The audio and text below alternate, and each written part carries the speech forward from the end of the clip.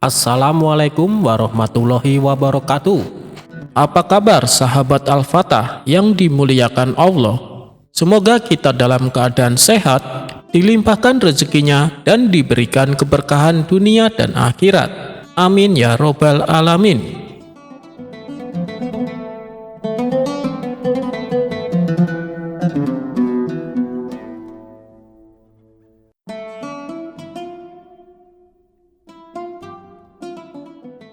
Pada suatu hari, Baginda Raja akan mengadakan pesta besar-besaran. Pesta ini bukan hanya dihadiri oleh para pembesar istana saja, namun juga dihadiri oleh seluruh lapisan masyarakat, baik rakyat jelata maupun orang kaya. Tentu saja rencana Baginda Raja disambut gembira oleh semua rakyatnya, termasuk oleh dua orang yang lumpuh kakinya dan buta matanya. Akhirnya hari yang ditentukan pun telah tiba. Para penduduk berbondong-bondong mendatangi istana untuk menghadiri pesta kerajaan. Di lain tempat, tampak dua orang sedang duduk di sebuah warung. Kemudian salah satu dari mereka berkata, "Malang sekali nasibku. Aku tidak bisa datang ke pesta karena kakiku lumpuh." Orang di sebelahnya membalas, "Aku juga diundang, tapi aku tak bisa datang juga karena keadaanku lebih buruk daripada keadaanmu." "Loh, memangnya kenapa denganmu?" tanya si lumpuh. "Mataku buta," jawabnya. Ternyata sedari tadi Abu Nawas juga berada di warung tersebut dan ia mendengar semua percakapan kedua orang itu. Karena kasihan, Abu Nawas menghampiri mereka dan memberi saran kepadanya. "Kalian bisa saja datang ke pesta itu, tapi kalian harus bekerja sama." Mendengar hal itu, kedua orang itu bertanya, "Bagaimana caranya, Tuan?" Abu Nawas lalu menjelaskan, "Kamu yang matanya buta, gendong kawanmu yang lumpuh itu, sementara kamu yang lumpuh yang akan menunjukkan jalannya." Setelah mendapat penjelasan tersebut, mereka pun terlihat gembira. "Wah, itu ide yang bagus, Tuan. Terima kasih atas sarannya," lanjut mereka berdua. Maka pergilah mereka berdua menuju istana untuk menghadiri pesta. Karena jarak yang ditempuh lumayan jauh, di tengah perjalanan mereka memutuskan untuk beristirahat sebentar.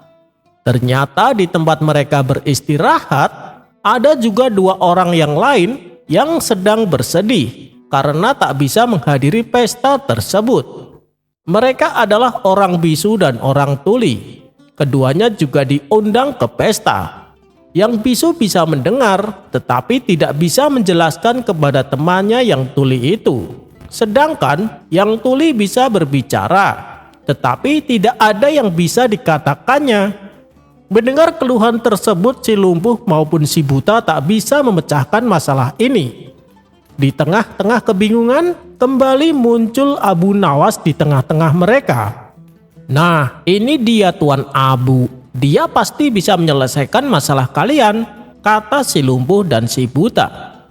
Begitu mengetahui yang dihadapi adalah si buta dan si tuli, Abu Nawas juga tak mampu membantu mereka.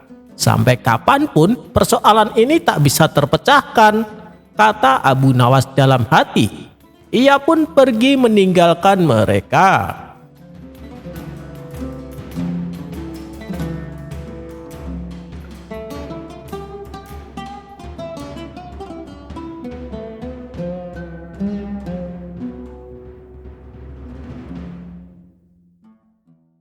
Dikisahkan telah terjadi musibah bencana alam di sebagian kota Baghdad yang mengakibatkan penduduk daerah tersebut kehilangan harta bendanya.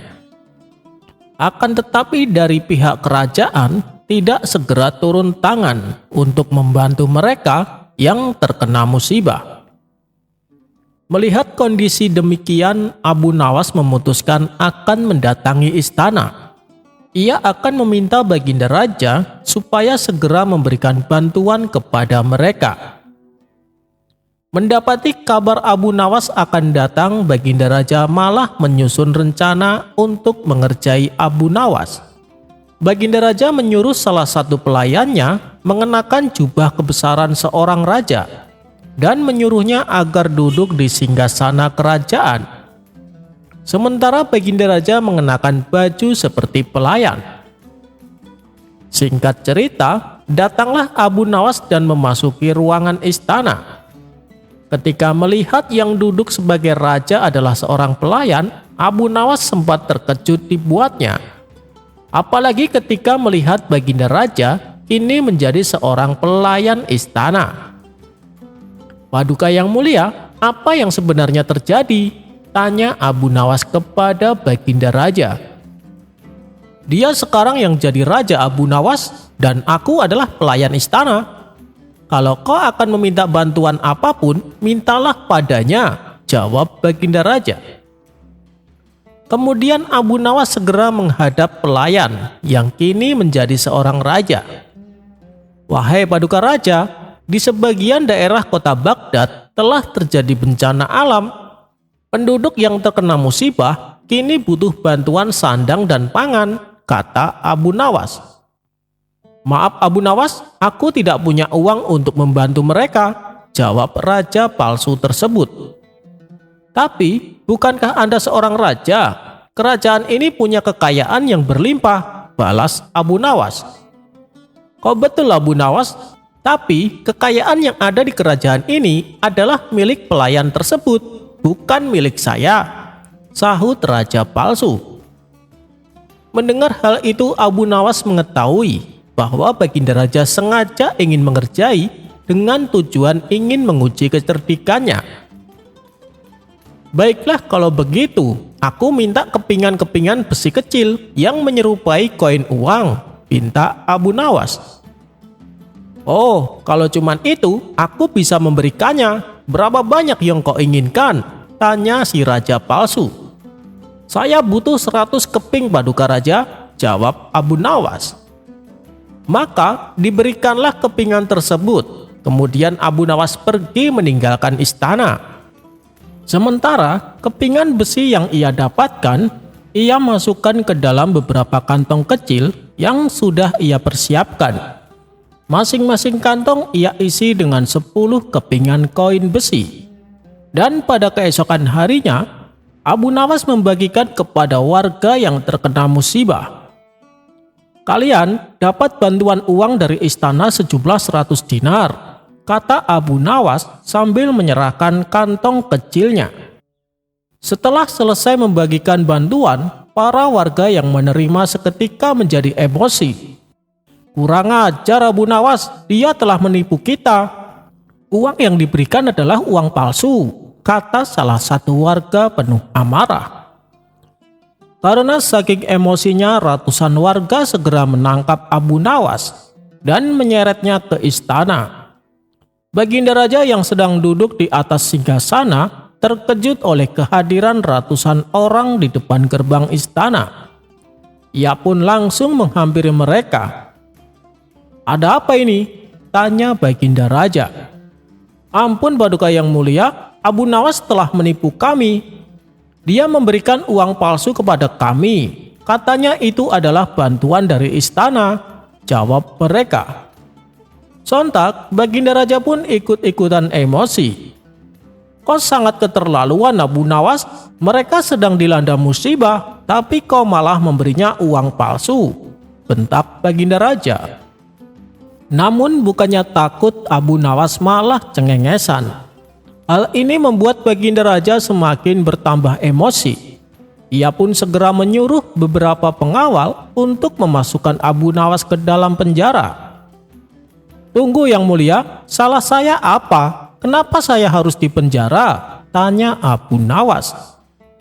"Kau tidak usah berpura-pura Abu Nawas, sudah jelas-jelas kau melakukan penipuan dan mereka telah menjadi korban.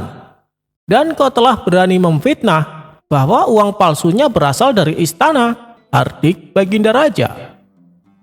"Maaf Paduka yang mulia, Kita semua tahu bahwa Paduka adalah seorang raja yang bijak. Tentunya, Paduka akan memberikan hak berbicara kepada seorang terdakwa untuk melakukan pembelaan, kata Abu Nawas. Baik, apa pembelaanmu? Tanya Baginda Raja. Sebelum saya melakukan pembelaan, izinkan saya bertanya kepada Paduka. Sesuatu yang keluar dari kuda, pasti namanya akan diembel-embeli kata kuda. Misalnya, ketika mengeluarkan anak, namanya pasti anak kuda. Tidak mungkin jadi anak sapi, kan? Begitu pula saat mengeluarkan kotoran, namanya juga kotoran kuda. Bagaimana menurut Paduka? Ucapan saya salah atau benar? Tanya Abu Nawas. Benar, tapi apa hubungannya dengan kesalahanmu? Kata Baginda Raja balik bertanya. Begini Paduka, tempo hari sewaktu saya ke istana, yang duduk di atas singgasana adalah raja palsu. Jadi apapun yang dia berikan padaku pasti berupa sesuatu yang palsu, termasuk kepingan koin besi yang aku bagikan kepada mereka. Kepingan koin itulah yang disebut mereka sebagai uang palsu. Dan saya pun membenarkan mereka, namanya saja pemberian raja palsu. Jadi yang saya terima pasti juga uang palsu. Dan sekarang berhubung raja aslinya telah kembali, maka sudah menjadi kewajiban raja asli untuk mengganti uang palsu mereka menjadi uang yang asli. Jelas Abu Nawas. Mendengar penjelasan tersebut, Baginda Raja pun memuji akan kecerdikan Abu Nawas. Ia segera mengganti uang palsu dengan uang asli kepada para warga. Adapun para warga tampak bingung dan heran akan tingkah Abu Nawas ini. Tadinya dia anggap telah menipu, tapi kenapa malah membantu mereka? Abu Nawas pun lalu memberitahu dan menceritakan kejadiannya dari awal dan alasan kenapa dia berbuat demikian. Begitu mengetahui yang sebenarnya, mereka yang tadinya marah dan emosi merasa bersalah dan meminta maaf kepada Abu Nawas.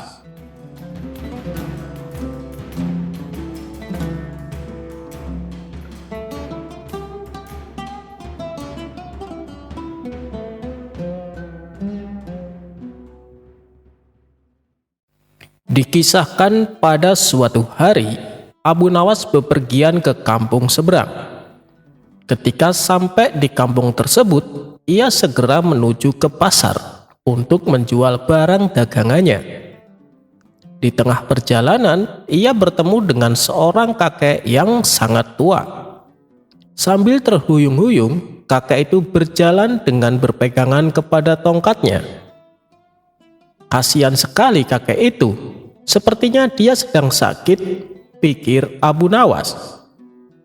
Ketika tepat di depan Abu Nawas, sang kakek tiba-tiba pingsan dan terjatuh ke tanah. Abu Nawas pun menolongnya. Setelah diberi minum oleh Abu Nawas, sang kakek akhirnya tersadar. "Kek, rumah kakek di mana? Biar saya antar pulang," kata Abu Nawas. "Terima kasih wahai orang baik, rumahku tak jauh dari sini," jawab sang kakek. Kemudian Abu Nawas mengantarkan kakek tersebut ke rumahnya. Melihat sang kakek dihantar oleh orang tak dikenal, keluarganya menjadi panik. "Ada apa dengan ayah kami?" tanya mereka. "Dia tadi pingsan di jalan," jawab Abu Nawas. "Begitu ya, terima kasih atas bantuannya Tuan, silahkan langsung dibawa masuk saja," balas mereka. Abu Nawas lalu membaringkan kakek tersebut di atas tempat tidurnya. Tak lama kemudian, sang kakek berpesan kepada ketiga anaknya, "Wahai anakku, sebelum aku meninggal, aku ingin membagikan warisan untuk kalian semua. Kau anak pertama, untukmu daerah komplek perumahan di Baghdad. Kau anak kedua, untukmu daerah komplek perumahan di Damaskus. Dan kau anak ketiga, untukmu daerah komplek perumahan di kota Basra."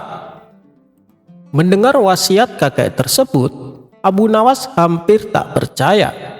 Ternyata di balik penampilan kakek yang sederhana, dia adalah orang yang sangat kaya raya.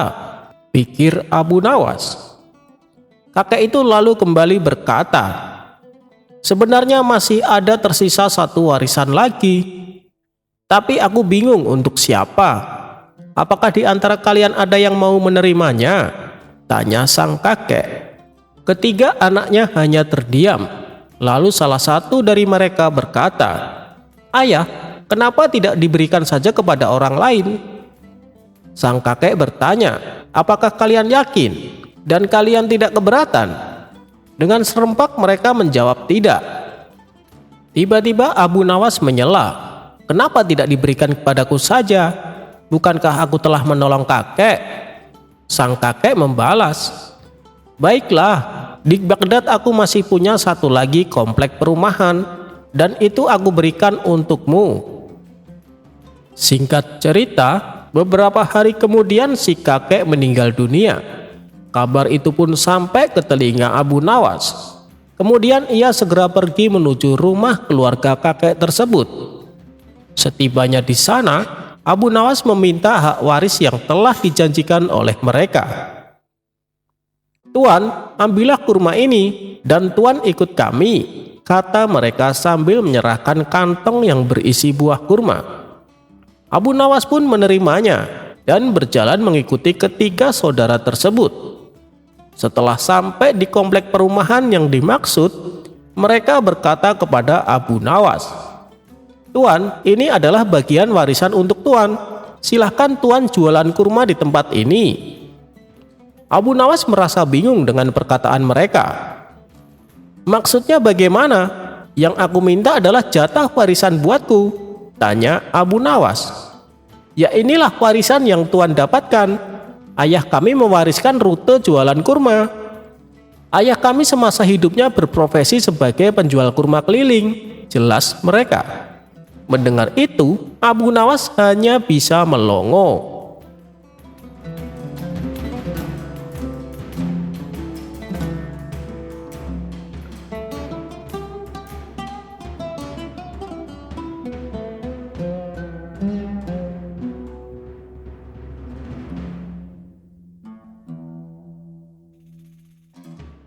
Diceritakan di sebuah kerajaan di mana sang raja dan permaisuri belum juga dikaruniai keturunan, sehingga membuat sang raja sedih. Akhirnya ia memutuskan untuk mengangkat salah satu anak dari negerinya itu. Raja meminta semua anak laki-laki di negerinya berkumpul. Raja akan memberikan sebuah ujian untuk menentukan siapa yang berhak menjadi anak laki-lakinya. Lalu sang raja pun berkata, aku mengumpulkan kalian di sini karena aku akan mengangkat seorang anak yang nantinya akan menggantikan kedudukanku. Aku akan membagikan sesuatu pada kalian, ucap sang raja. Apa yang akan Paduka bagikan? Tanya seorang anak. Aku akan membagikan benih bunga ini. Siapa yang bisa membuat benih ini tumbuh dan berbunga indah, dialah yang akan aku angkat menjadi anakku, kata sang raja. Semua anak mendapatkan beberapa butir benih. Mereka lalu merawatnya dengan sukacita. Sementara itu, ada seorang anak yang tak bisa membuat benih itu tumbuh. Anak laki-laki itu amat sedih. Ia berkata kepada ibunya, aku sudah merawatnya dengan baik, tapi kenapa benih ini tak tumbuh juga? Apa ada yang salah, Bu? Coba kamu ganti pot dan tanah dengan yang terbaik, balas ibunya. Anak itu lalu mengganti tanah dan potnya dengan tanah dan pot terbaik. Ia merawat benih bunga itu dengan telaten. Namun, benih itu tak juga tumbuh. Sedih sekali hati anak tersebut. Setelah waktu yang ditentukan tiba, raja mengumpulkan kembali anak-anak lelaki di negerinya. Mereka sudah membawa pot berisi bunga-bunga yang cantik. Namun, wajah raja tampak tak bahagia.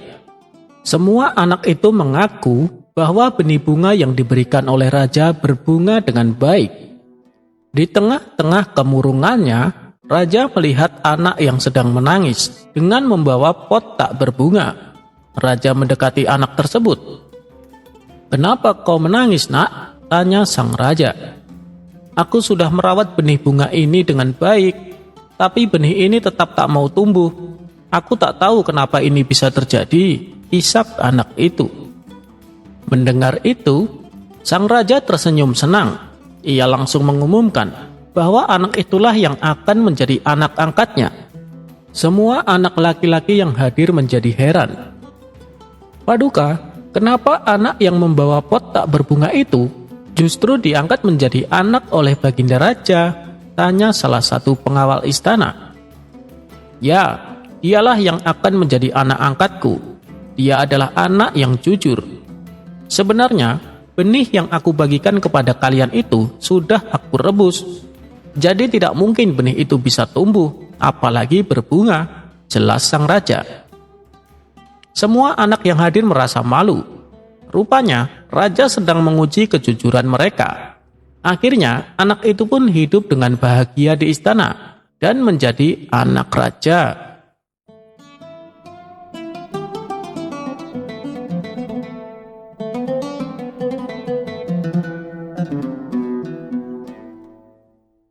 Saudagar kaya membangun masjid megah. Cerita Abu Nawas ini bermula dari seorang saudagar kaya yang tengah membangun masjid besar di tengah-tengah kota Baghdad. Setelah masjid tersebut selesai dibangun, masyarakat sangat takjub dengan bangunannya yang megah. Pujian dan sanjungan terus terucap dari orang-orang kepada saudagar kaya itu. Lalu, saat peresmian, saudagar kaya memutuskan untuk membuat tanda tulisan di pintu masjid. Para warga yang hadir bertanya kepadanya, "Tulisan apa yang akan kau tempelkan?" "Aku akan menuliskan namaku," jawab saudagar kaya tersebut. Abu Nawas yang kala itu hadir memprotes niat saudagar kaya tersebut. "Untuk siapa kau buat masjid ini?" tanyanya. "Tentu saja untuk Allah Subhanahu wa Ta'ala," jawab saudagar kaya tersebut. "Jika kau buat untuk Allah Subhanahu wa Ta'ala, maka jangan kau tulis namamu di pintu masjid," balas Abu Nawas. "Mengapa tidak boleh? Orang-orang harus tahu siapa yang membangun masjid ini," kata saudagar kaya mulai emosi. "Jika demikian, pakailah namaku," ujar Abu Nawas menantang. Tentu saja permintaan Abu Nawas ditolak mentah-mentah. "Aku tidak mau, enak saja, aku yang membangunnya," protes saudagar kaya itu. "Jika kau membangun masjid untuk ketenaran diri, maka kau telah kehilangan pahalamu," tutur Abu Nawas. Saudagar kaya itu pun terdiam dan mulai tersadar akan perbuatannya tadi.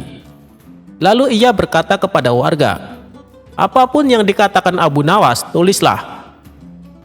Saat pintu masjid akan ditulis dengan nama Abu Nawas, dirinya langsung mencegah. "Jangan tulis namaku, tulislah ayat Al-Quran di pintu masjid," perintah Abu Nawas. Akhirnya, para warga pun mengikuti saran Abu Nawas.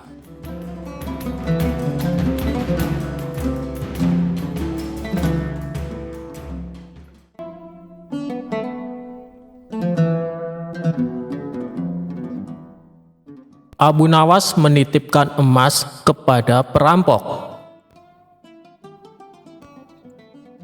Dikisahkan ada seorang ketua perampok yang terkenal sadis dan kejam. Ia mempunyai puluhan anak buah yang juga tak kalah sadisnya. Mereka melakukan aksinya di tengah gurun pasir yang gersang jauh dari pemukiman penduduk. Bagi siapa saja yang melewati daerah kekuasaannya, maka akan bernasib sial, terutama rombongan kabilah yang membawa barang dagangan. Apabila ada yang berani menolak atau melawan saat dirampok, gerombolan perampok tersebut tak segan-segan untuk membunuhnya. Suatu ketika, Tuan Hamid berencana pergi ke negeri seberang untuk membawakan pesanan sebuah perhiasan emas. Namun Tuan Hamid ragu untuk melakukannya, sebab ia harus melewati gurun pasir yang merupakan kawasan komplotan perampok sadis tersebut. Ia pun bingung dengan situasi yang dialaminya. Sementara ia juga harus mengirimkan emas pesanannya secepatnya. Setelah merenung agak lama, terlintas di benaknya sosok Abu Nawas. Semoga saja dia bisa membantuku, pikir Tuan Hamid. Ia pun lantas pergi menemui Abu Nawas. Sesampainya di rumah Abu Nawas, Tuan Hamid lalu mengungkapkan permasalahannya. Wahai Abu Nawas, saya bingung dengan situasi yang sedang aku alami. Barangkali kamu bisa membantuku, pinta Tuan Hamid. Masalah apa yang membuatmu bingung? Tanya Abu Nawas. Begini Abu Nawas, besok aku harus mengirimkan perhiasan emas ke negeri seberang. Tapi aku takut karena harus melewati gurun pasir yang merupakan kawasan komplotan perampok sadis. Karena yang aku dengar, siapapun yang melewati daerah itu pasti hartanya dirampok sampai ludes. Kalau menolak akan dibunuh, ujar Tuan Hamid. Menurutmu apa yang harus aku lakukan? Tanya Tuan Hamid. Sejenak Abu Nawas terdiam. Dalam hati ia berkata, mereka memang perampok yang sadis. Yang aku dengar, tidak ada yang bisa selamat melewati daerah itu, kecuali dengan pertolongan Allah. Ya sudah, begini saja Tuan Hamid, saya akan membantumu, biarkan aku yang melakukan tugas itu, ucap Abu Nawas. Maksudmu kamu yang akan mengantarkan emasnya? Tanya Tuan Hamid. Benar Tuan Hamid, itu pun kalau Tuan mengizinkan, jawab Abu Nawas. Tentu saja Abu Nawas, saya justru malah berterima kasih kalau kamu berhasil menjalankan tugas ini. Kamu akan saya kasih hadiah, balas Tuan Hamid kegirangan. Singkat cerita, berangkatlah Abu Nawas membawakan emas Tuan Hamid. Dia ikut rombongan kabilah besar yang sama-sama menuju ke negeri seberang. Saat tengah malam tiba, sampailah mereka di tengah gurun pasir yang merupakan daerah komplotan perampok sadis. Dari kejauhan Abu Nawas melihat ada gubuk kecil yang dihuni oleh satu orang. Maka terlintaslah di benaknya sebuah ide untuk menyelamatkan emas yang dibawanya sebelum dihadang para perampok. Lebih baik aku titipkan emas ini kepada orang penghuni gubuk itu, pikir Abu Nawas. Ia pun segera memisahkan diri dari rombongan, berjalan menuju gubuk tersebut. Kawan, bolehkah saya menitipkan barang ini sebentar? Tanya Abu Nawas. Orang penghuni gubuk itu menjawab, oh silahkan, taruh saja di dalam. Setelah menitipkan emas, Abu Nawas lalu mengejar rombongannya dan kembali berjalan bersama para kabilah. Tidak lama kemudian, tiba-tiba komplotan perampok muncul menghadang dengan pedang terhunus di tangannya. Serahkan semua barang-barang kalian, jangan ada yang tersisa. Bila kalian melawan atau menolak, kami tak segan-segan membunuh kalian, ancam komplotan perampok. Rombongan kabilah ini pun terpaksa memberikan semua hartanya karena ketakutan akan dibunuh.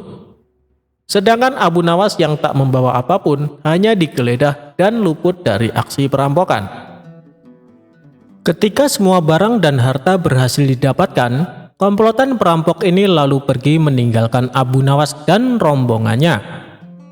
Alhamdulillah, emas yang kubawa bisa selamat, ucap Abu Nawas dalam hati. Kemudian Abu Nawas berniat ingin kembali mendatangi gubuk tempat di mana ia menitipkan emasnya. Setibanya di sana, terlihat komplotan perampok yang tadi beraksi berada di gubuk yang akan ia datangi. Celaka, ternyata aku salah orang. Yang aku titipi emas justru dialah ketua perampoknya, kata Abu Nawas kecewa. Saat ia hendak pergi berpaling, dari kejauhan si ketua perampok melihat kehadiran Abu Nawas. Hei tuan, kemarilah, jangan takut, teriaknya. Sesaat Abu Nawas ragu dengan tawaran ketua perampok tersebut.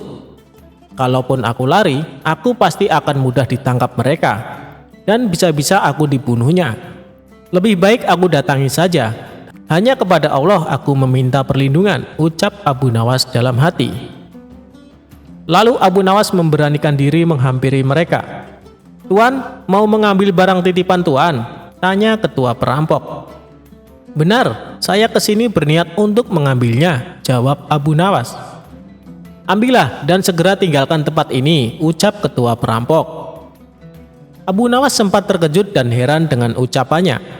Tak ingin membuang waktu, Abu Nawas segera mengambil emas titipannya dan pergi meninggalkan tempat itu. Saat Abu Nawas berjalan menjauh, sayup-sayup ia mendengar percakapan para komplotan perampok tersebut.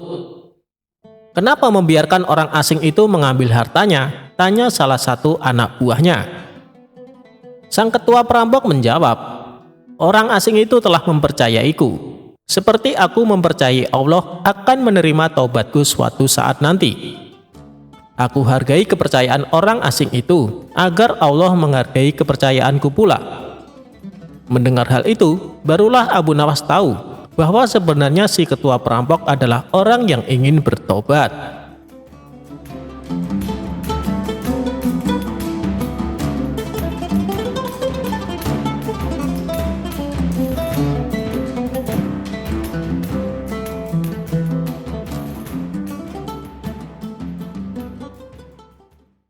Di negeri Baghdad, dahulu kala ada seorang menteri yang dikenal sangat jahat perangainya, sehingga ditakuti warganya.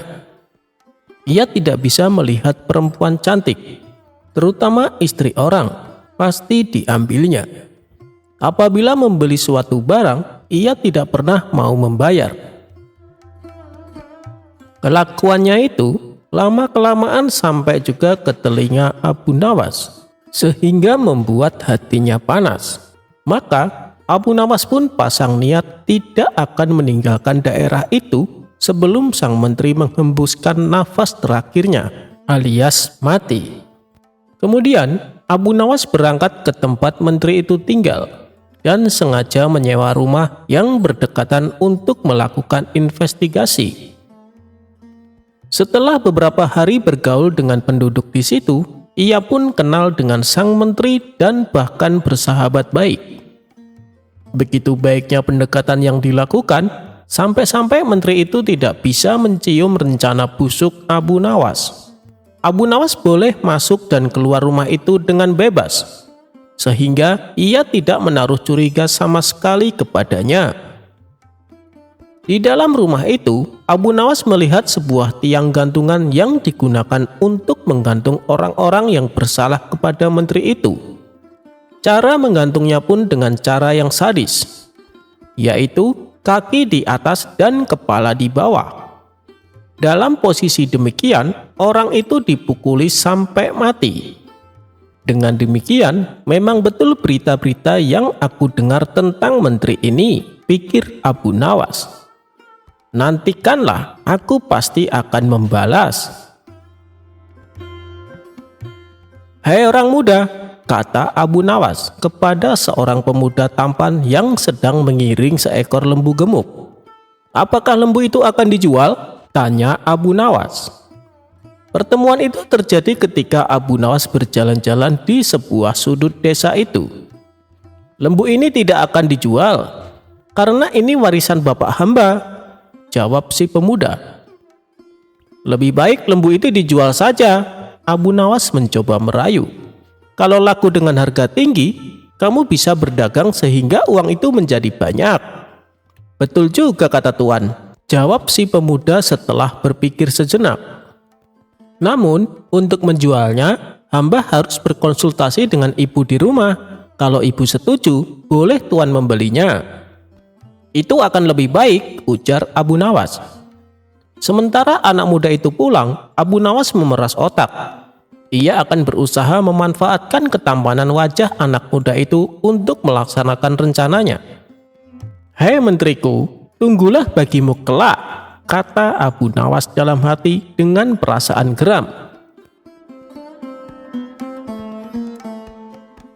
Keesokan harinya, pemuda itu menemui Abu Nawas. Ibu setuju menjual lembu ini, kata pemuda itu kepada Abu Nawas. Bagus, kata Abu Nawas. Tetapi sebenarnya bukan aku yang akan membeli lembumu, melainkan menteri yang zolim itu. Oleh karena itu, Berikan harga yang pasti. Sesudah itu kita membuat perjanjian dan kamu yang akan melaksanakannya. Setuju? Tanya Abu Nawas. Setuju tuan, jawab si pemuda.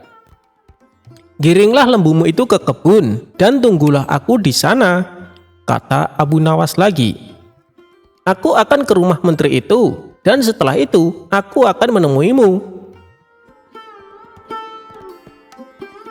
Hei menteri, ada seorang pemuda yang akan menjual seekor lembu gemuk. Jika Anda tertarik, silakan Anda beli dengan harga yang pantas. Tidak mahal, mari kita ke kebun itu, kata Abu Nawas. Begitu sampai di kebun dan melihat lembu tersebut, berapa harganya? Tanya si menteri. Ia sangat tertarik dan ingin segera membelinya. 50 dinar tuan, jawab si pemuda. Boleh ditawar? Tanya si menteri. Tidak bisa tuan, karena lembu ini warisan bapak hamba, jawab si pemuda.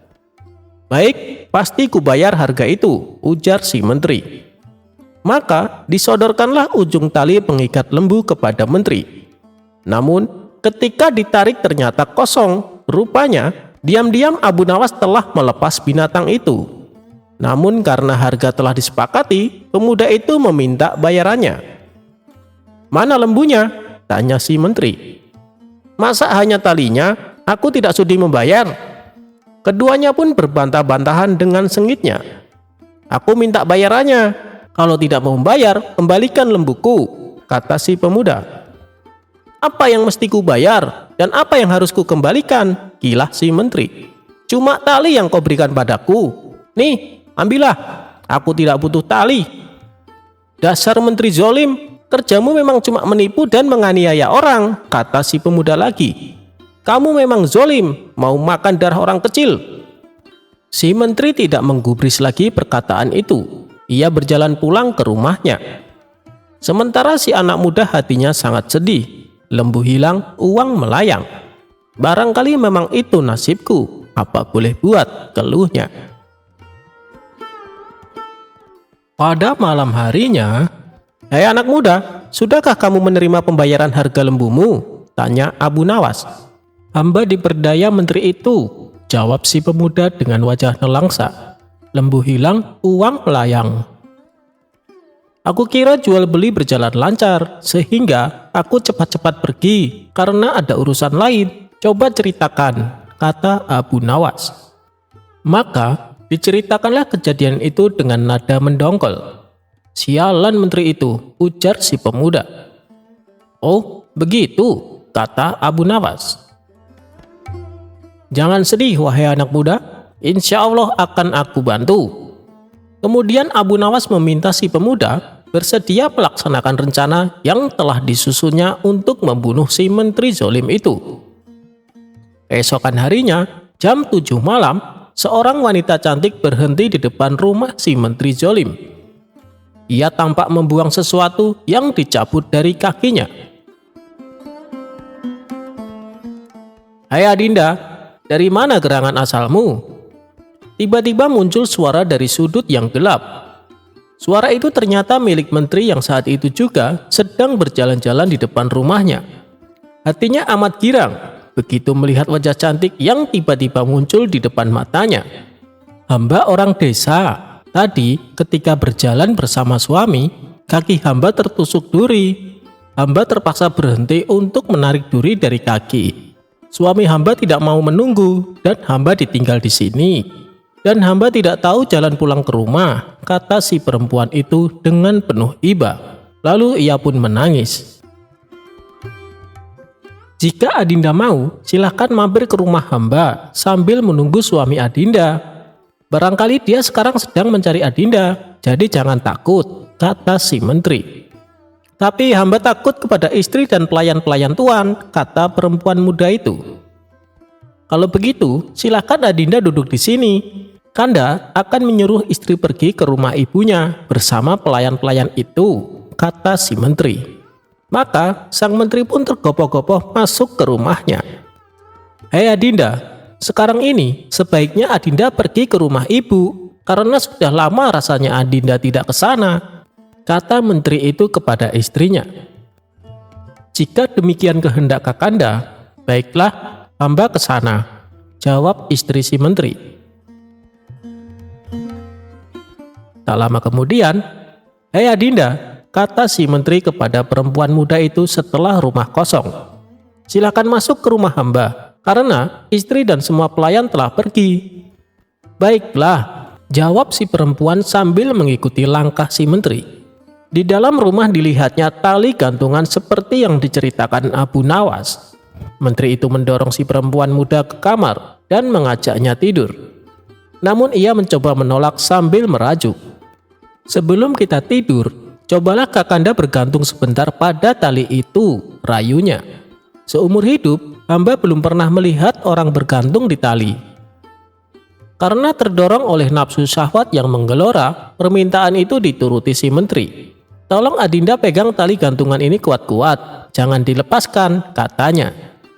Menteri itu kemudian memasukkan badannya ke dalam tali gantungan. Setelah itu, si perempuan gadungan melepaskan tali yang dipegangnya, sehingga badan si menteri menggantung dengan posisi kaki di atas dan kepala di bawah. Si perempuan pun mengeluarkan sebuah pentungan, lalu memukul badan dan kepala si menteri zolim itu sambil berujar, "Hai menteri zolim, aku bukan perempuan, akulah pemilik lembu yang kau tipu. Sekarang terimalah pembalasanku. Aku minta bayaran lembuku. Ayo bayar, bayar," sambil terus memukul menteri itu. Darah segar pun mengalir dari mulut, hidung, dan telinga menteri, sehingga ia tidak sadarkan diri. "Mampuslah kau," teriak si pemuda. Mengira bahwa si menteri sudah mati, masuklah perempuan itu ke dalam rumah dan menjarah barang-barang yang ada. Sesudah itu barulah ia pulang dengan menggondol harta kekayaan si menteri zolim. Di tempat lain, si istri menteri mendapat firasat buruk. Hatinya berdebar-debar keras. "Ada apa gerangan di rumahku?" pikirnya dalam hati. Maka dengan bergegas pulanglah ia ke rumah. Setiba di rumah, ia menjerit-jerit histeris lantaran dilihatnya suaminya tergantung pingsan dengan kepala berdarah dan harta bendanya ludes. Ketika tali gantungan dilepas, ternyata suaminya masih bernapas. Meski terengah-engah, kemudian dipercikan air mawar ke sekujur tubuhnya dan kepala menteri hingga siuman dan membuka matanya. "Ya Kakanda," ucap si istri sambil menangis meratapi nasib suaminya. "Kenapa Kanda bisa begini?" Si menteri tidak bisa segera menjawab pertanyaan itu. Tapi lambat laun setelah kesadarannya mulai pulih, ia pun bisa menceritakan semua yang dialaminya. Setelah itu ia jatuh sakit. Abu Nawas khawatir mendengar kabar itu. Buru-buru ditemui si anak muda itu di rumahnya. "Mengapa tidak kamu matikan dia?" tanya Abu Nawas. "Bukankah aku sudah pesan, jangan kamu tinggal sebelum dia mati? Sekarang sebaiknya kamu tambah penyakit menteri itu supaya mati." "Bagaimana caranya?" tanya si pemuda. Ia tidak kalah khawatir dengan Abu Nawas. "Berpura-puralah menjadi dukun, karena saat ini menteri itu sedang mencari dukun," kata Abu Nawas. "Selanjutnya, usahakan dengan caramu sendiri agar rumah itu kosong. Dan setelah kosong, pukulilah menteri itu sampai mati. Sebelum mati, jangan kamu tinggalkan dia." Keesokan harinya, datanglah seorang kakek tua bertongkat ke rumah menteri itu. Ia memakai jubah panjang dan serban putih dengan langkah terbungkuk-bungkuk. "Tuan, siapakah tuan ini?" tanya seorang pelayan menteri itu. "Aku ini dukun," jawab kakek tua tersebut. "Kenapa kamu menyapa aku di tengah jalan seperti ini? Tidak sopan berbuat seperti itu kepada orang tua." "Maaf tuan, hamba pelayan menteri di sini. Beliau saat ini sedang sakit dan perlu dukun. Jika tuan mau, silahkan masuk ke rumahnya," kata si pelayan. Setelah dukun palsu itu duduk di samping pembaringannya, "Ya tuan dukun, obatilah hamba ini," kata si menteri itu. "Hamba sakit." Lama-kelamaan suaranya hilang. "Moga-moga hamba bisa mengobati tuan," jawab si dukun. "Tapi bisakah pelayan-pelayan itu disuruh mencari daun kayu lengkap dengan akarnya? Daun itu memang sulit dicari, tetapi banyak gunanya untuk penyembuhan tuan," perintah si dukun. Menteri itu kemudian menyuruh 3 orang pelayan untuk memenuhi permintaan dukun. Tak lama kemudian, dukun itu berkata lagi, "Maaf, hamba lupa, ada lagi daun kayu yang lain yang hamba butuhkan. Tolong pelayan yang lain disuruh mencari." Maka menteri itu pun menyuruh pelayan lainnya, sehingga rumah itu kosong karena anak dan istri menteri sebelumnya sudah pergi keluar rumah. Setelah yakin bahwa rumah itu kosong, diambillah sebuah pentungan dan dipukulinya sekujur badan menteri itu sampai babak belur dan mengeluarkan darah dari hidung, telinga, dan mulutnya. "Hei menteri, aku bukan dukun, tapi pemilik lembu yang kamu tipu. Mana bayaranmu?" katanya. Menteri itu pingsan dan tidak bernapas lagi. Dikiranya si menteri sudah mati, cepat-cepat dukun itu pergi karena khawatir para pelayan itu segera kembali. "Puas hatiku karena menteri itu sudah mati," pikir si dukun palsu. Kira-kira 1 jam kemudian, para pelayan itu kembali dengan tangan hampa, diikuti oleh istri menteri. Mereka cemas melihat tuannya tergeletak dan dukun itu tidak ada lagi. Lalu istri menteri itu menyiram badan suaminya dengan air mawar yang diminumkan seteguk ke mulutnya. Tak lama kemudian, menteri itu sadar, namun belum bisa bicara. "Wahai istriku, orang itu bukan dukun, tetapi dia yang punya lembu itu juga," kata si menteri setelah sadar. "Panggillah orang-orang alim dan kabarkan kepada mereka bahwa aku sudah mati. Masukkan badanku ke dalam keranda bersama sekerat batang pisang yang dibungkus kain putih sebagaimana mayat lainnya. Tetapi yang dimasukkan ke liang lahat nanti adalah batang pisang tadi. Sedang badanku tetap dalam keranda dan dibawa pulang kembali. Dengan demikian, orang yang punya lembu itu tidak akan datang lagi kemari. Kapan-kapan bila aku sembuh, akan kucari orang itu untuk membuat perhitungan terakhir." Semua pesan itu dikerjakan oleh istri menteri itu dengan baik. Tetap dasar Abu Nawas, ia berhasil mencium akal busuk itu. Maka ditemuinya si pemilik lembu. "Kenapa tidak kamu pukul sampai mati menteri itu?" tanya Abu Nawas. "Orang itu sudah mati," kata si pemuda. "Ia tidak bergerak dan tidak bernapas lagi karena darah keluar dari hidung dan telinganya. Saat ini menteri itu hidup dan pura-pura mati," kata Abu Nawas. Lalu diceritakannya rencana menteri tadi dan rencananya sendiri agar menteri itu benar-benar mati. "Sebab jika ia masih hidup juga, aku tidak dapat menjamin nasibmu kelak." Abu Nawas pun menjalankan rencananya. "Hai saudara, maukah Anda aku bayar untuk menaiki kuda yang cepat larinya?" kata Abu Nawas kepada seorang joki yang berbadan tinggi tegap. "Dekatilah kuburan menteri itu. Jika jenazah sudah sampai ke liang kubur, berteriaklah keras-keras, 'Akulah pemilik lembu.' Kemudian paculah kudamu sekencang-kencangnya. Apa kamu mau?" tanya Abu Nawas. "Ya, saya mau," jawab si tukang joki. "Nah, ini uangnya, pergilah," kata Abu Nawas sambil menyerahkan uang kepada sang joki. Esok harinya, iring-iringan jenazah menteri itu berangkat dari rumah, lengkap dengan orang besar, orang alim, sanak keluarga, dan sahabat almarhum. Begitu sampai dekat liang lahat, terdengar teriakan, "Akulah pemilik lembu." Suasana di kuburan menjadi kacau, karena para pelayat kemudian berlarian ingin mengejar orang yang berteriak tadi. Namun apa daya, orang yang dikejar sudah kabur dengan kudanya. Sementara keranda ditinggal tidak terurus. Pada saat itulah si pemuda pemilik lembu yang sebenarnya muncul. Rupanya ia ikut dalam barisan pelayat. "Hei menteri, akulah pemilik lembu yang kamu tipu. Sekarang saatnya kamu harus membayar lunas utangmu. Tidak akan kubiarkan nyawamu tetap bersarang di badanmu." Lalu dipukulnya menteri itu sekuat tenaga hingga benar-benar tewas. Setelah itu ia pulang ke rumah. Akan halnya joki tadi, akhirnya ia terkejar dan tertangkap dan kemudian dibawa ke kuburan menteri. Upacara pemakaman yang tadinya hanya pura-pura menjadi upacara sungguhan. karena menteri yang diusung di dalam keranda itu benar-benar mati. Badannya hancur dan tidak bernapas lagi tanpa diketahui siapa pelakunya. Hal itu mengagetkan seluruh pelayat. Setelah itu, orang-orang pulang ke rumah masing-masing dengan hati masgul dan heran. Sedangkan si joki dibawa oleh anak-anak menteri ke rumahnya. "Apa sebab kamu berteriak dan mengaku sebagai orang yang punya lembu?" tanya mereka. "Aku tidak tahu sebabnya, aku hanya dibayar untuk berteriak seperti itu," jawab si joki. "Siapa yang membayarmu?" tanya anak-anak menteri. "Abu Nawas, Tuan," jawab si joki. "Hei Abu Nawas," kata anak menteri setelah menemukan Abu Nawas, "kenapa kamu membayar untuk berteriak seperti itu dan menganiaya bapakku?" "Menganiaya bapakmu?"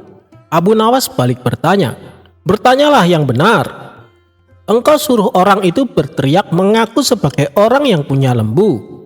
Maka kami kejar dia, karena yang menyebabkan bapakku sakit tiada lain adalah orang yang punya lembu, bukan dari Allah." "Oh begitu," kata Abu Nawas sambil senyum kecil. "Jadi kamu tidak tahu bahwa orang yang punya lembu itu sudah ditakdirkan Allah untuk berbuat demikian, karena bapakmu terlalu zalim, penipu, penganiaya, pengisap darah orang kecil, dan sebagainya. Rasanya tidak usah diperpanjang masalah ini yang akan membuatmu malu besar. Lebih baik kamu doakan saja agar bapakmu diampuni Allah." Anak menteri itu terdiam, sebab ia tahu semua perbuatan bapaknya. "Barangkali memang demikian takdir bapakku," pikirnya dalam hati sambil berjalan pulang ke rumah. Akhirnya, warga kota itu termasuk orang yang punya lembu merasa senang dan tenang hatinya karena tidak ada lagi orang yang akan berbuat zalim. Sedangkan Abu Nawas segera kembali ke rumahnya. "Niatku sudah terlaksana," pikirnya. "Siapa tahu barangkali Baginda Raja sedang menanti kedatanganku di istana beliau. Lagi pula, aku juga sudah sangat rindu kepada Baginda Raja."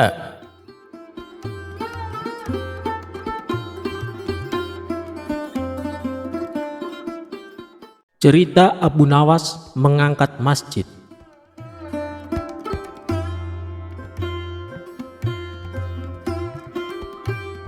Dikisahkan, pada masa pemerintahan Baginda Raja, hiduplah seorang cerdik cendekia yang bernama Abu Nawas. Dia adalah orang yang sangat cerdik. Karena kecerdikannya itu, ia diangkat menjadi penasehat Baginda Raja. Suatu ketika, Baginda Raja dan penasehatnya ini sedang duduk-duduk di teras masjid, sambil berbincang-bincang mengenai rencana Baginda yang akan memperluas bangunan istana. Namun hal itu terkendala oleh letak masjid yang bakal terkena dampak perluasan istana tersebut. Kemudian Baginda Raja pun meminta saran kepada Abu Nawas sang penasehat. "Bagaimana pendapatmu penasehat? Caranya memindahkan masjid ini, tapi jangan sampai masjid ini rusak, karena saya suka akan keindahan masjid ini," kata Baginda Raja. Mendapat pertanyaan begitu, Abu Nawas berpikir sejenak. "Begini Baginda, bagaimana kalau Raja membuat sayembara? Barang siapa yang bisa memindahkan masjid ini, Raja akan memberikan hadiah yang besar," ujar Abu Nawas. Dengan saran penasehat itu, Baginda Raja pun setuju. "Baiklah kalau begitu, segera umumkan kepada rakyat. Barang siapa yang dapat memindahkan masjid tanpa ada kerusakan sedikit pun, maka akan kuberi unta sebanyak 50 ekor, kata Baginda Raja. Maka diumumkanlah sayembara Baginda Raja ini ke masyarakat, sehingga gemparlah rakyat atas sayembara raja tersebut. Banyak rakyat yang mendaftar dengan kelompok yang bervariasi jumlahnya. Hingga pada hari yang telah ditentukan, maka seluruh rakyat berkumpul di depan masjid yang akan dipindahkan. Wahai rakyatku yang kucintai, aku mengadakan sayembara ini untuk membuat istana supaya lebih megah, sehingga bangsa lain akan lebih hormat dengan negara kita. Barang siapa yang mampu memindahkan masjid ini, maka saya akan berikan kepadanya 50 ekor unta yang gemuk-gemuk, kata Baginda Raja. Rakyat pun menyambutnya dengan tepuk tangan. Hingga akhirnya tibalah saatnya sayembara dimulai. Namun, dari para peserta yang mendaftar ini tidak ada satupun yang sanggup memindahkannya, sehingga Baginda Raja pun menjadi bingung. Kenapa dari peserta sayembara yang jumlahnya ratusan orang tersebut tidak ada yang mampu melakukannya? Di tengah kegundahan Baginda Raja ini, majulah Abu Nawas ke depan Baginda dan seluruh rakyat yang berkumpul. Baginda, izinkan hamba yang melaksanakan tugas ini sendirian, karena para peserta sudah tak ada yang sanggup, ujar Abu Nawas. Sendiri? Tanya Baginda Raja penasaran. Iya Baginda, kata Abu Nawas meyakinkan. Apa kamu sanggup penasehat? Kata Baginda lagi. Sanggup Baginda, tapi ada syaratnya, jelas Abu Nawas. Apa syaratnya? Pasti kupenuhi, kata Baginda dengan penuh semangat. Benarkah Baginda akan memenuhi syarat saya? Kata Abu Nawas memastikan. Benar, coba katakan, kata Baginda lagi. Masjid ini akan saya pikul sendirian, asalkan ada yang mau meletakkan di atas pundak saya Baginda, kata Abu Nawas. Raja pun berpikir, bagaimana cara meletakkan masjid ini di atas pundak Abu Nawas. Sedangkan peserta yang ratusan orang saja tidak ada yang sanggup menggeser sedikit pun masjid ini. Kemudian Raja pun berkata kepada Abu Nawas, sebenarnya apa maksudmu Abu Nawas? Tanya Baginda Raja. Sebesar itulah beban yang ada di pundak Baginda untuk memakmurkan rakyat Baginda, dibandingkan hanya memikirkan keindahan istana raja yang tidak begitu penting.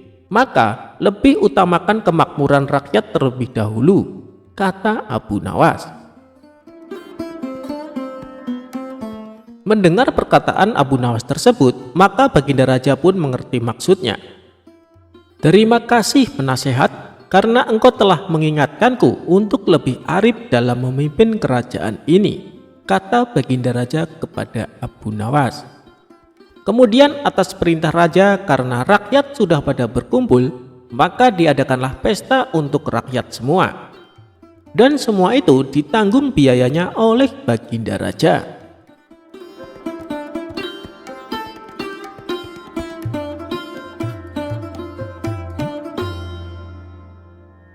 Untuk mengalahkan Raja, Abu Nawas membakar tendanya.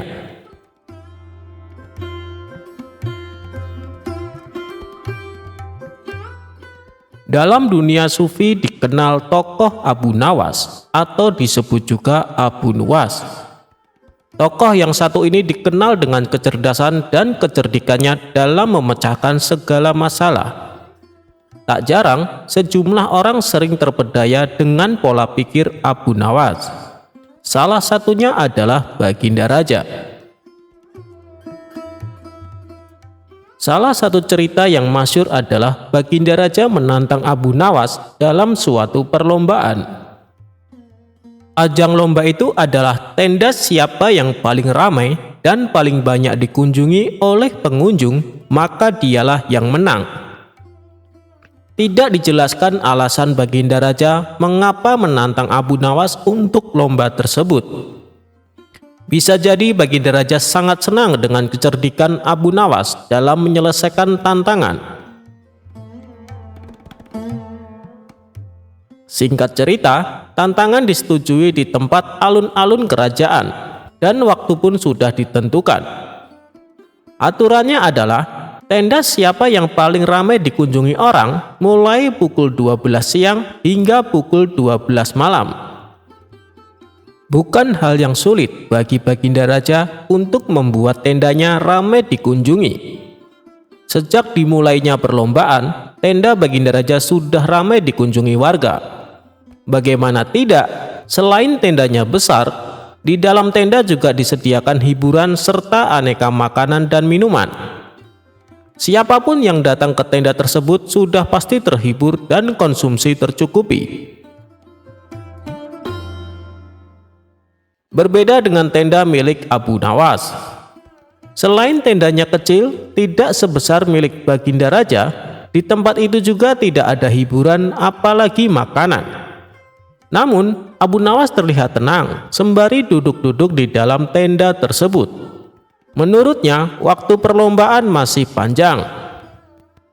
"Tenang saja, waktu masih panjang," gumam Abu Nawas sembari melihat keramaian di tenda milik Baginda Raja. Sejumlah warga yang datang ke tenda Baginda Raja sudah mengira bahwa Abu Nawas akan kalah dalam perlombaan ini. Terlebih lagi, semakin malam jumlah warga yang mendatangi tenda Baginda Raja semakin banyak dan semakin banyak. Abu Nawas masih terlihat duduk-duduk santai dan tenang. Nyaris tidak ada upaya apapun agar tendanya ramai dikunjungi warga. Hingga sekitar jam 12 malam kurang 5 menit, Abu Nawas mulai beraksi. Tenda miliknya tiba-tiba terbakar. Api yang membakar tenda tersebut menjulang ke angkasa. Kontan saja warga yang hadir di tenda milik Baginda Raja pun berteriak, "Tenda Abu Nawas terbakar! Tenda Abu Nawas terbakar!" teriak warga. Warga yang penasaran semburat keluar dari tenda Baginda Raja. Ada yang penasaran dan datang melihat hingga ada yang membawa air untuk memadamkan api. Tak ketinggalan, Baginda Raja pun ikut mendatangi tenda Abu Nawas. Nah, pas pukul 12 malam, semua orang yang ada di tenda Baginda Raja berpindah ke lokasi kebakaran. Tak ketinggalan, Baginda Raja pun datang ke lokasi. "Nah, saya yang menang kan yang mulia? Lihat, semua orang termasuk Anda pun datang ke tenda saya tepat pukul 12 malam, ujar Abu Nawas sembari tersenyum penuh kemenangan. Rupanya kebakaran itu disengaja oleh Abu Nawas untuk menarik perhatian orang-orang yang ada di tenda Baginda Raja. Termasuk Baginda Raja juga terkecoh untuk datang ke tenda Abu Nawas. Lagi-lagi Abu Nawas berhasil mengalahkan tantangan dari Baginda Raja. Baginda Raja pun hanya bisa geleng-geleng sembari mengakui kecerdikan Abu Nawas.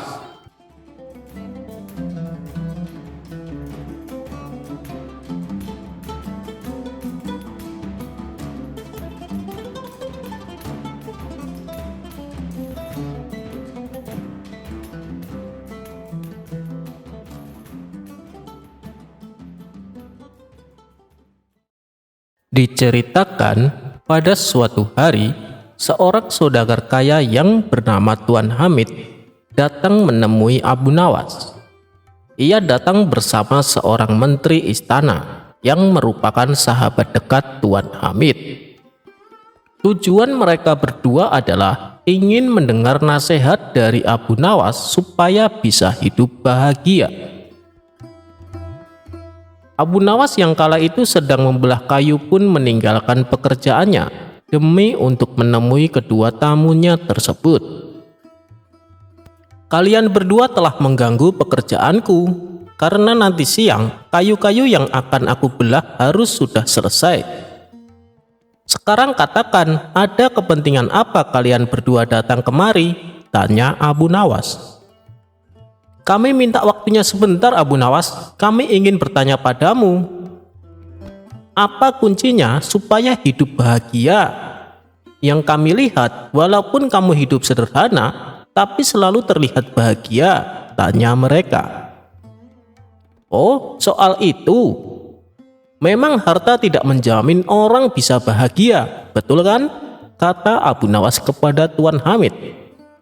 "Benar Abu Nawas," sahut Tuan Hamid yang merupakan saudagar kaya. "Kekuasaan juga tidak menjamin orang bisa hidup bahagia, betul tidak?" kata Abu Nawas kepada menteri istana. "Tepat sekali Abu Nawas," timbal sang menteri. "Itulah tujuan kami datang kemari Abu Nawas.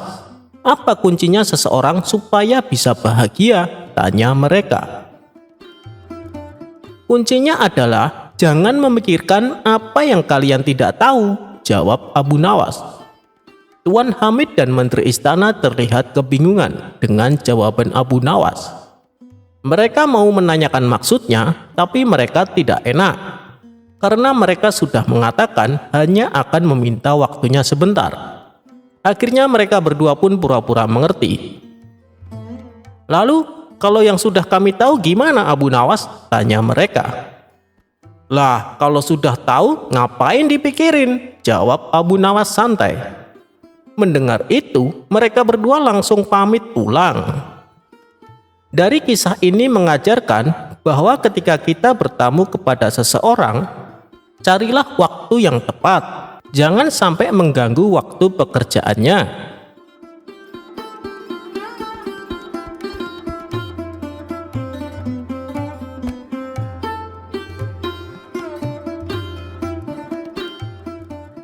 Obat sakit mata untuk kakek.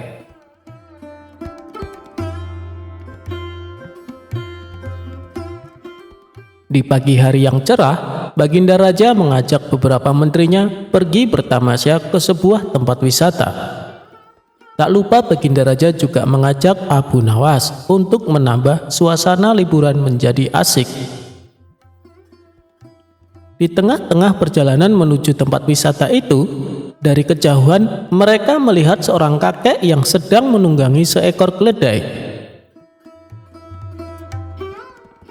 "Wahai menteriku," tanyalah orang tua itu, perintah sang raja kepada salah seorang menteri bernama Ja'far. "Mohon maaf kek, kalau boleh tahu Anda dari mana?" tanya Ja'far. "Aku dari Basrah anak muda," jawab si kakek. "Mau kemana kek?" tanya Ja'far kembali. "Ini, aku mau ke Baghdad," jawab sang kakek. "Ada keperluan apa?" tanya Ja'far penasaran. "Aku hendak mencari obat untuk mataku ini," kata sang kakek sambil memperlihatkan matanya yang sedang sakit kepada Ja'far. Di tengah percakapan mereka, Baginda Raja lalu berbisik kepada Abu Nawas.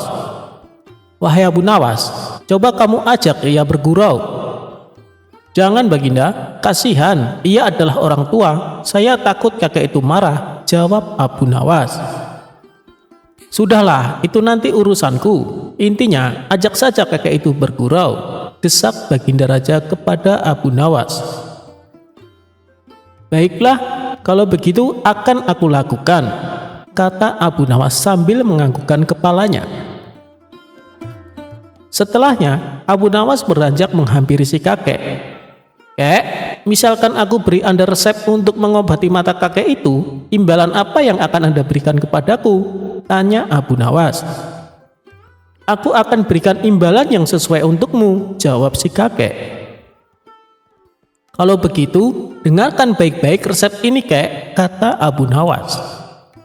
"Baik, cepat sebutkan apa resep itu," jawab kakek itu tidak sabar menunggu jawaban Abu Nawas. "Jadi begini kek, kakek ambil 3 tiupan angin, 3 sengatan terik matahari, 3 pantulan cahaya rembulan, dan 3 sorot lampu biasa. Setelah semuanya terkumpul, maka tumbuklah pada sebuah lumpang yang tak berlubang. Kemudian kakek taruh ramuan yang telah lembut itu ke dalam sebuah mangkok yang besar yang sudah pecah berkeping-keping. Tak lupa juga disimpan di udara selama 3 bulan.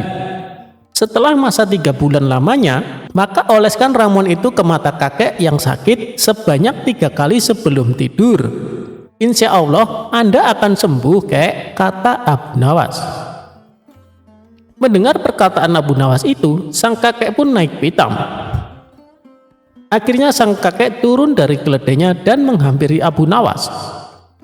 "Ambil keledai ini sebagai imbalan awal," kata si kakek sambil memalingkan wajahnya dari Abu Nawas. "Jika setelah menggunakan resepmu itu mataku sembuh, aku akan memberimu lagi imbalan seorang budak wanita yang setia melayanimu. Jika kelak ternyata kamu telah mati terlebih dahulu meninggalkan aku, budak wanita itu pasti sudah menjemputmu di neraka sana.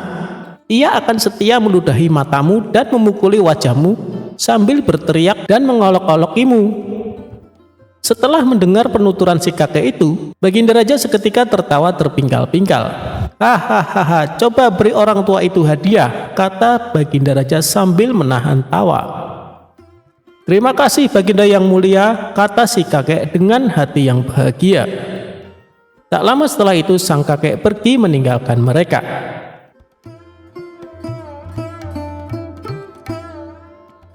Cerita Abu Nawas mengangkat masjid.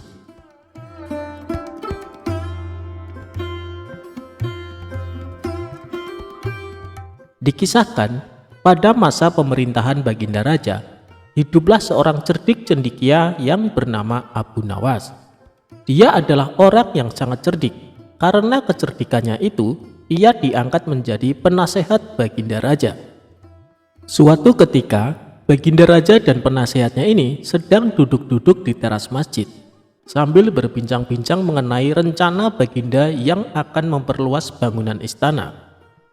Namun hal itu terkendala oleh letak masjid yang bakal terkena dampak perluasan istana tersebut.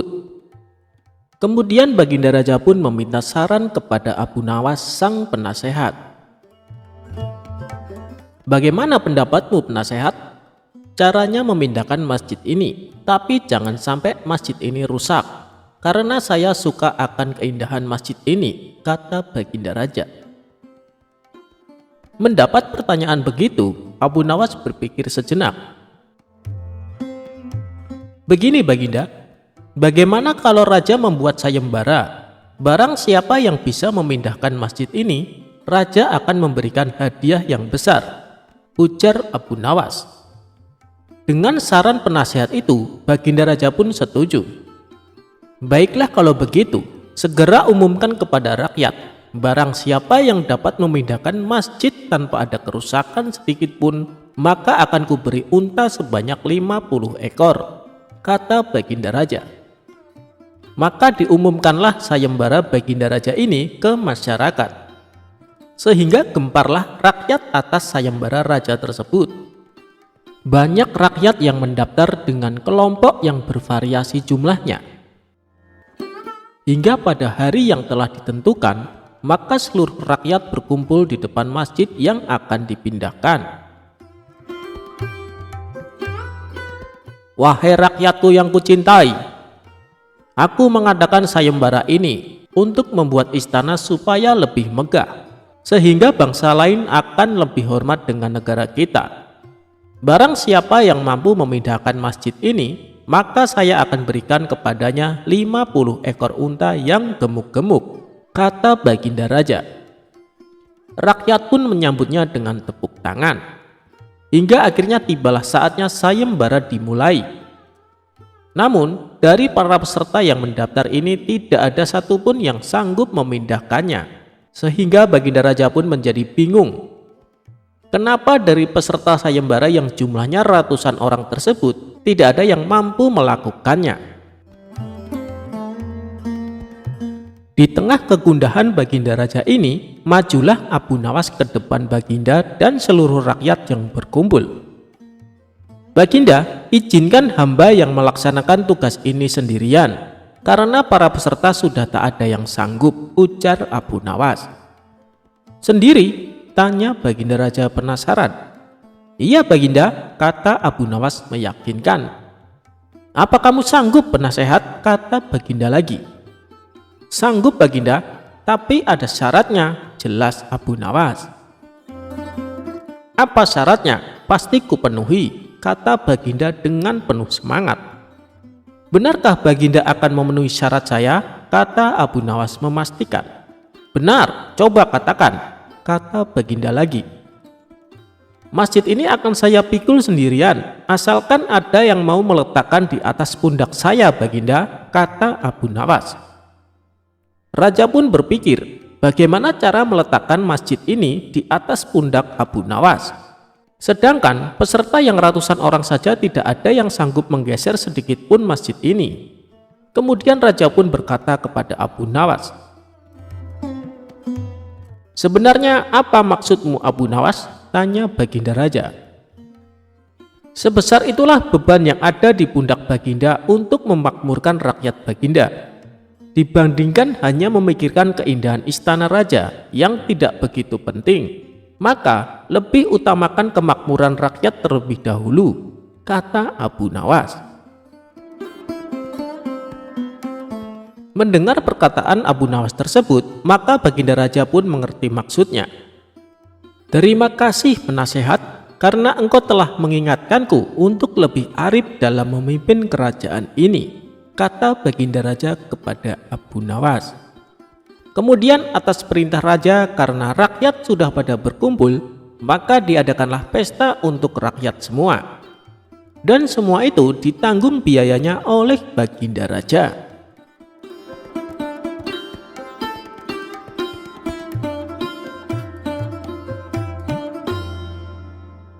Raja dikasih bebek panggang berkaki 1 oleh Abu Nawas. Suatu hari, Baginda Raja dikasih makanan lezat bebek panggang berkaki 1 dari Abu Nawas. Berawal Abu Nawas diminta istrinya mengantarkan bebek panggang itu kepada Baginda Raja. Abu Nawas agak malas, sebab dia sendiri makan tanpa lauk. Sudahlah, supaya Baginda Raja makin sayang sama kau suamiku, ujar istri Abu Nawas. Abu Nawas pun mengalah. Dengan berat hati ia menenteng bungkusan bebek panggang yang menggoda seleranya itu. Diam-diam Abu Nawas tidak tahan juga.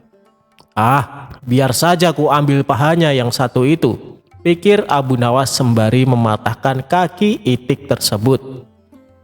Tanpa pikir panjang, Abu Nawas pun memakannya. Akhirnya Abu Nawas sampai juga ke istana dengan membawa bebek panggang berkaki 1 menghadap Baginda Raja. Abu Nawas disambut Baginda Raja dengan ramah. Rupanya ketika Abu Nawas datang, Baginda Raja juga sedang makan. Apa yang kau bawa, Abu Nawas? Tanya Baginda Raja melihat Abu Nawas menenteng sesuatu. Tanpa banyak cakap, Abu Nawas menyerahkan bawaannya kepada Baginda Raja. Bebek panggang, gumam Baginda Raja tersenyum cerah. Belum lagi menikmati bebek panggang hadiah dari Abu Nawas, Baginda Raja terdiam beberapa saat mendapatinya hanya berkaki 1. Mengapa bebek panggang ini hanya berkaki 1, Abu Nawas? Tanya Baginda Raja dengan penasaran. Memang begitu Baginda, di negeri ini bebek-bebek hanya memiliki 1 kaki. Kalau Baginda Raja tidak percaya, cobalah lihat di kolam, jawab Abu Nawas santai. Mereka berdua pun berjalan menuju kolam. Di sana banyak bebek-bebek berendam sambil mengangkat sebuah kakinya, sehingga tampak hanya berkaki 1. Lihatlah, kata Abu Nawas cengengesan. Di sini bebek hanya berkaki 1, lanjutnya sembari jarinya menunjuk gerombolan itik di kolam. Tentu saja Baginda Raja tidak mau ditipu, maka ia pun berteriak keras. Semua bebek kaget menurunkan kaki yang dilipat dan berterbangan. Tapi Abu Nawas juga tidak kehilangan akal. Subhanallah, katanya. Bahkan bebek pun takut pada keinginan Baginda Raja. Barangkali kalau Baginda meneriaki Paduka, Paduka akan ketakutan dan secara refleks menggandakan kaki jadi 4 dan kemudian terbang juga. Mata Baginda Raja melotot ke arah Abu Nawas, sepertinya marah. Tapi yang terjadi justru ledakan tawa Baginda Raja. Yuk kita makan sama-sama bebek panggang berkaki 1 itu, ajak Baginda Raja. Abu Nawas pun makan dengan lahap. Alhamdulillah, rezeki memang enggak kemana, ujarnya sembari mengapungkan senyum di bibirnya.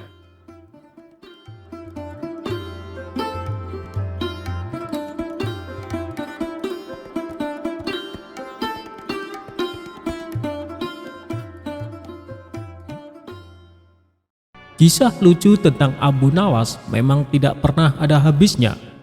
Seperti cerita satu ini saat Abu Nawas mencari jodoh. Suatu ketika, Abu Nawas yang jomblo jatuh cinta kepada seorang gadis cantik jelita. Abu Nawas tergila-gila dengan paras wanita cantik, pintar, dan ahli ibadah itu. Ia sangat berambisi memperistri gadis salehah tersebut. Cintanya yang begitu dahsyat dan membara membuat Abu Nawas berdoa kepada Allah Subhanahu wa Ta'ala, "Ya Allah, jika memang gadis itu baik untukku, dekatkanlah kepadaku. Tetapi jika menurutmu ia tidak baik buatku, tolong ya Allah, sekali lagi tolong, pertimbangkan lagi ya Allah," pinta Abu Nawas dengan menyebut nama gadis tersebut dan terkesan memaksa kepada Allah Subhanahu wa Ta'ala. Abu Nawas memanjatkan doa-doa itu setiap selesai sholat 5 waktu tanpa henti dan terus bersungguh-sungguh. Selama berbulan-bulan ia menunggu tanda-tanda dikabulkan doanya. Berjalan lebih dari 3 bulan, Abu Nawas merasa doanya tak kunjung dikabulkan Allah. Dia pun mulai introspeksi diri. Mungkin Allah belum mengabulkan doaku karena aku kurang pasrah atas pilihan jodohku, ujarnya. Kemudian Abu Nawas bermunajat lagi, tapi kali ini ia berganti strategi. Doa itu tidak diembel-embel spesifik pakai nama si gadis cantik, apalagi sampai memaksa Allah Subhanahu wa Ta'ala mengabulkan doanya. Abu Nawas lalu berdoa, "Ya Allah, berikanlah istri yang terbaik untukku." Berbulan-bulan ia terus memohon kepada Allah Subhanahu wa Ta'ala. Namun Allah belum juga mendekatkan Abu Nawas dengan gadis pujaannya. Bahkan Allah juga belum mempertemukan Abu Nawas dengan wanita yang hendak diperistri. Lama-lama ia mulai khawatir juga. Akhirnya Abu Nawas memutar otak lagi. Bagaimana caranya berdoa dan bisa cepat terkabul?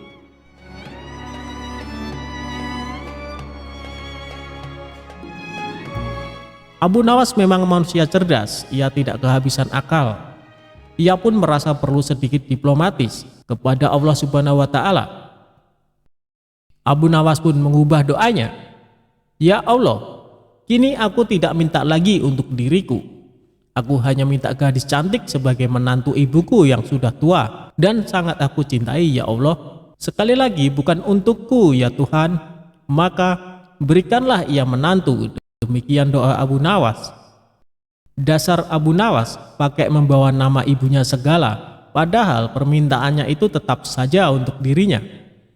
Padahal Allah Maha Tahu, tidak bisa diakali siapapun. Tapi mungkin karena keikhlasan dan keluguan Abu Nawas tersebut, Allah Subhanahu wa Ta'ala pun menjawab doanya. Akhirnya Allah menakdirkan wanita cantik dan salihah tersebut menjadi istri Abu Nawas. Wah, kisah yang happy ending ya. Pelajaran yang dipetik adalah jangan lelah meminta dan berdoa kepada Allah Subhanahu wa Ta'ala, karena Allah pasti mengabulkan doa-doa hambanya.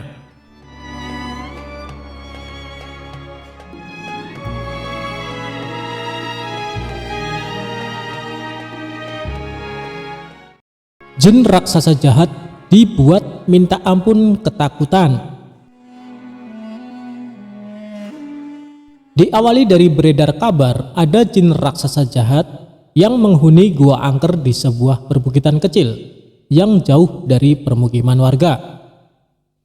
Konon jin raksasa jahat itu sangatlah jahat.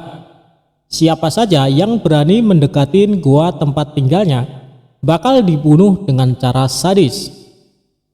Suatu hari Abu Nawas akan melakukan perjalanan yang kebetulan harus melewati perbukitan tersebut. Daerah tersebut merupakan tempat tinggal jin raksasa jahat. Salah seorang warga setempat melarang niat Abu Nawas ini.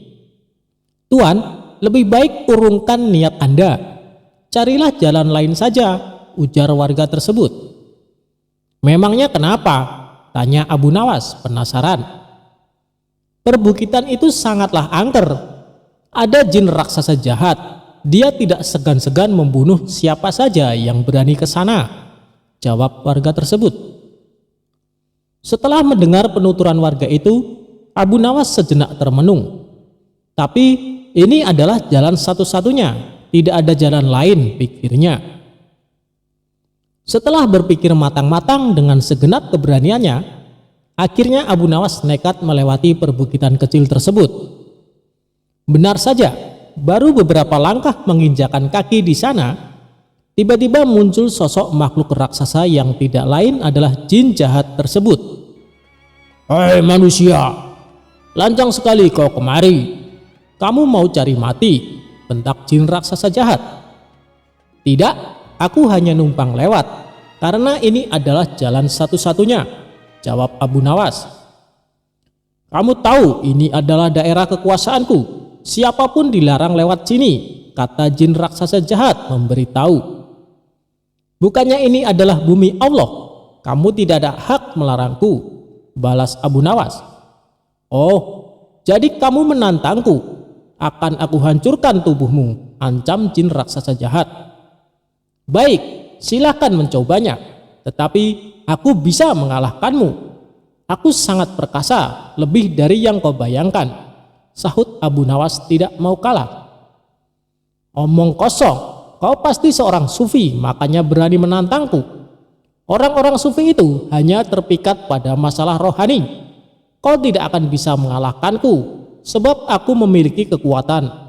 Wujudku 30 kali lipat lebih besar darimu," ucap jin raksasa jahat.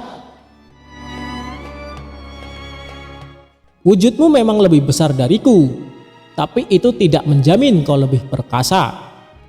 Kalau kau menginginkan uji kekuatan, ambil batu ini dan peraslah air darinya," balas Abu Nawas. Abu Nawas lalu memungut sebutir batu kecil dan diberikan kepada jin raksasa jahat. Seketika batu kecil hancur lebur dalam genggamannya.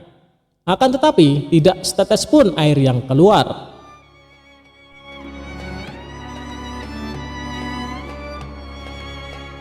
Jin raksasa jahat tersebut coba mengulanginya beberapa kali dengan batu yang lain, tapi usahanya sia-sia. Akhirnya jin raksasa jahat pun menyerah. "Ini mustahil, tidak mungkin ada air di dalam batu. Coba kau tunjukkan kalau batu memang ada airnya," kata jin raksasa penasaran. Dalam keremang-remangan, Abu Nawas mengambil sebuah batu kecil yang sudah lapuk. Bersamaan dengan itu, tanpa sepengetahuan jin raksasa, Abu Nawas juga mengambil sebutir telur dari kantong bajunya. Lantas meremukkannya batu kecil menggunakan genggaman tangannya. Seketika cairan telur langsung menetes keluar. Melihat hal itu, jin raksasa jahat sangat terkesan dengan kesaktian Abu Nawas. "Kamu luar biasa. Menginaplah di tempat tinggalku. Malam ini akan kujamu kau dengan macam-macam hidangan," ajak jin raksasa. Abu Nawas pun mengikutinya masuk ke sebuah gua yang sangat besar. Sesampainya di sana, ia melihat banyak sekali harta dan perhiasan. "Dari mana semua harta ini?" tanya Abu Nawas. Jin raksasa jahat memberitahu semua harta dan perhiasan tersebut adalah milik para kabilah yang tersesat dan sudah dibunuhnya. Setelah dijamu makan malam, jin raksasa mempersilahkan Abu Nawas untuk istirahat. "Berbaringlah di sebelahku dan tidurlah," kata jin raksasa jahat. Jin raksasa kemudian membaringkan diri dan segera tidur. Sementara Abu Nawas yang secara naluri mengetahui adanya bahaya pengkhianatan, segera bangkit dan menyembunyikan diri di tempat yang agak jauh dari jin raksasa tersebut.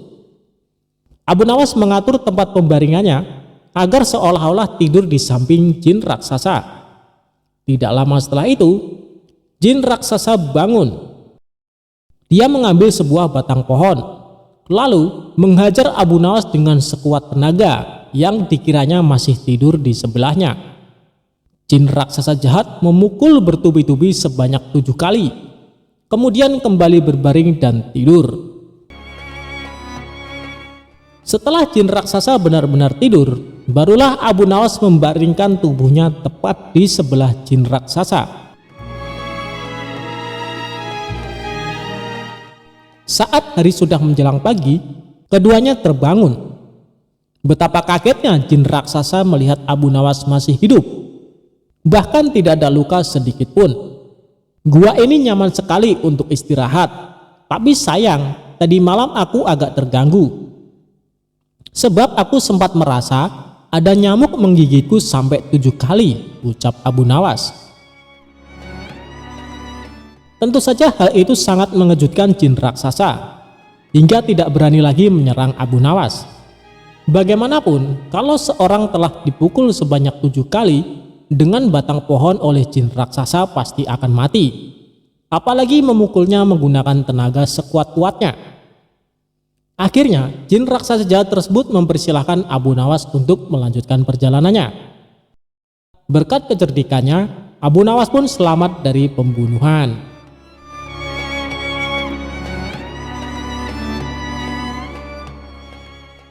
Abu Nawas menyuruh raja mencari telur unta. Humor Abu Nawas kali ini bermula dari baginda raja merasakan sakit di seluruh tubuh. Buat berjalan saja terasa sangat berat, sampai akhirnya dia memanggil tabib istana untuk mengobatinya. Tapi ternyata hasilnya nihil.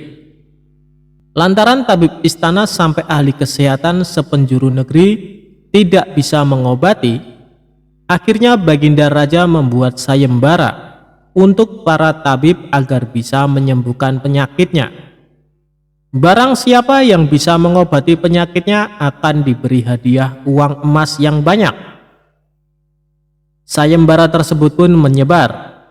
Banyak para tabib yang akhirnya ambil bagian mengadu nasib untuk mengobati baginda raja. Abu Nawas yang mendengar sayembara itu pun tertarik untuk mencobanya. Padahal ia sama sekali tidak mempunyai kemampuan mengobati penyakit. Hari yang ditunggu pun tiba. Abu Nawas menghadap raja untuk mencoba mengobatinya. "Hei Abu Nawas, rupanya engkau ikut pula dalam sayembara yang kuadakan ini," kata raja. "Benar baginda raja," jawab Abu Nawas. "Apa kau bisa mengobati penyakitku ini?" tanya baginda raja. "Hamba akan mencobanya baginda. Hamba akan mencoba menerapkan cara-cara yang belum pernah dilakukan tabib lainnya," ucap Abu Nawas meyakinkan. Ia kemudian meminta baginda raja untuk menerangkan penyakit apa yang diderita agar bisa memberikan tindak lanjut. Baginda raja pun menerangkan jika tubuhnya terasa nyeri, tangan dan kakinya terasa pegal-pegal. Setelah memeriksa, Abu Nawas tidak langsung mengobati. Ia meminta waktu 2 hari kepada baginda raja untuk meramu resep obat terbaik. Di bawah pohon yang rindang, ia terus berpikir resep untuk sang raja. Maklum saja Abu Nawas bukan tabib, sehingga bingung harus memberikan resep apa. Sambil duduk dan berpikir, dari kejauhan dia melihat seorang kakek tua yang masih sibuk sendirian memetik buah-buahan di kebun kurma. Abu Nawas yang heran langsung mendekati kakek tersebut. Setelah bercakap-cakap dengan sang kakek, Abu Nawas mendapat jawaban jika kakek itu menjadikan aktivitas memetik buah sebagai kesibukannya. Jika tidak ada kesibukan, si kakek malah merasa badannya pegal-pegal. Dari pertemuan itu, Abu Nawas menemukan penyebab sakit baginda raja.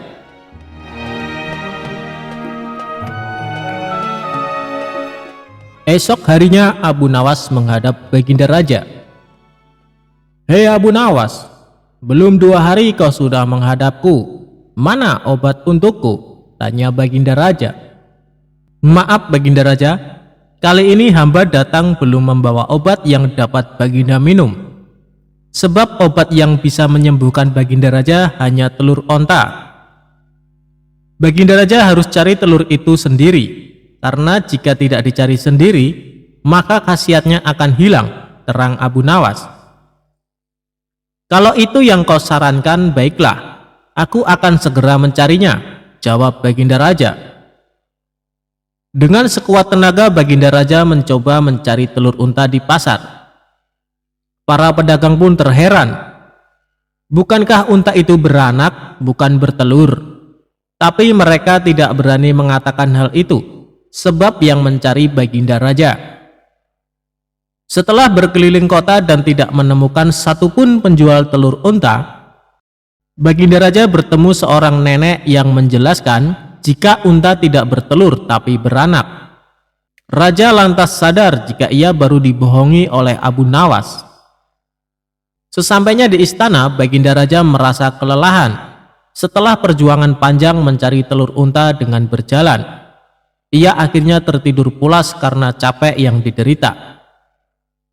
Keesokan paginya Baginda Raja tampak segar bugar, dan anehnya sakit yang dideritanya pun hilang. Ia lalu menyuruh para pengawal untuk meminta Abu Nawas menghadapnya. Tidak lama kemudian Abu Nawas datang. "Bagaimana Baginda Raja? Apakah telah menemukan telur unta yang hamba anjurkan?" tanya Abu Nawas setelah memberikan salam kedatangan. "Rupanya engkau telah mempermainkanku ya," ucap Baginda Raja dengan nada marah. "Apa yang Baginda maksud?" ujar Abu Nawas. "Engkau menyuruhku mencari telur unta, padahal unta tidak bertelur tetapi beranak," terang Baginda Raja. Abu Nawas kemudian menceritakan pertemuannya dengan seorang kakek, sampai memperoleh hikmah jika anggota badan yang tidak pernah digerakkan akan membuat orang sakit. Pengalaman itulah yang ingin diterapkan Abu Nawas kepada Baginda Raja, supaya tidak hanya memerintah tetapi juga bergerak. Tentu saja Baginda tidak akan menemukan telur unta, sebab tidak akan mungkin ada unta yang bertelur. "Tapi bukankah Baginda sekarang sudah merasa lebih enakan?" tanya Abu Nawas setelah memberikan penjelasan.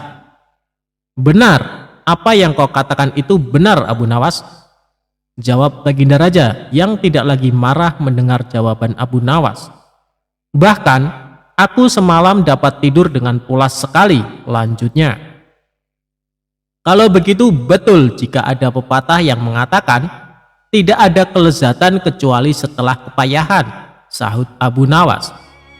Mendengar hal itu, Baginda Raja pun tertawa dan geleng-geleng kepala atas kecerdikan Abu Nawas.